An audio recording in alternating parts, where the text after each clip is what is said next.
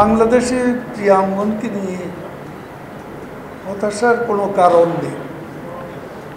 Cricket তো আমাদের অনেক এগিয়েছে। আইসল্যান্ড তারাও বিশ্বকাপে খেলে, আমরা পারি। আমি যখন স্পোর্টস মিনিস্টার তখনই বাংলাদেশ ক্রিকেট বিশ্বকাপে খেলার যোগ্যতা অর্জন এবং তখনই প্রথম বিশ্বকাপে গিয়ে বাংলাদেশ পাকিস্তানের মতো শক্তিশালী দলকে 1999-এ পরাজিত করেছে। মনে আছে আপনাদের? দুটা বিজয়, একটা ছিল স্কটল্যান্ডের সঙ্গে আর একটা ছিল পাকিস্তানের সঙ্গে। এবং ওই সময় বাংলাদেশ ক্রিকেটে টেস্ট মর্যাদা পেয়েছে।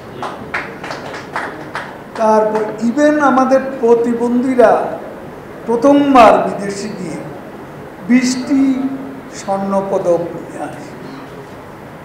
তারপর তখন কমনওয়েলথ গেমসও সাবরিনা সহ আমাদের মেয়েরা স্বর্ণপদক নিয়েছে।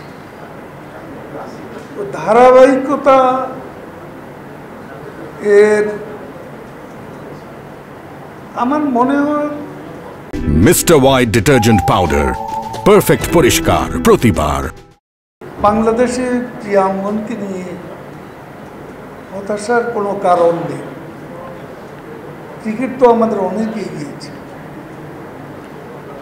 এবং উত্থান পতন আছে। কখনো ভালো খেলবে, কখনো ফর্ম একটু খারাপ খেলে। তারপরেও আমি বলবো মোটামুটি সন্তোষজনক। ফুটবলটা আরও এগোতে পারে। ফুটবল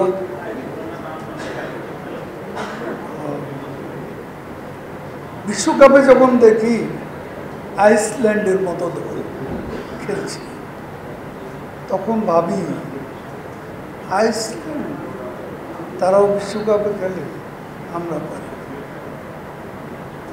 আমাদের এশিয়াতেই আছে সাউথ কোরিয়া অ্যান্ড জাপান। এছাড়া বলবো বিশ্বকাপে ইরান মাঝে মাঝে যায়, কিন্তু সবসময় না।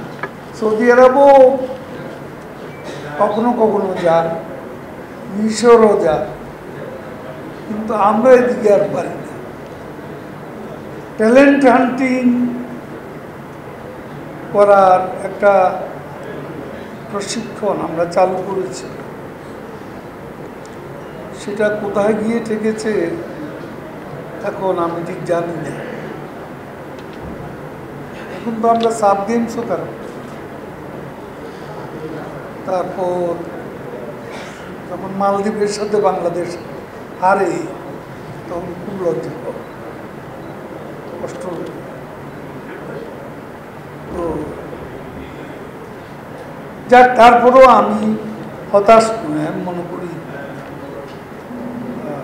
বাংলাদেশ পারবে।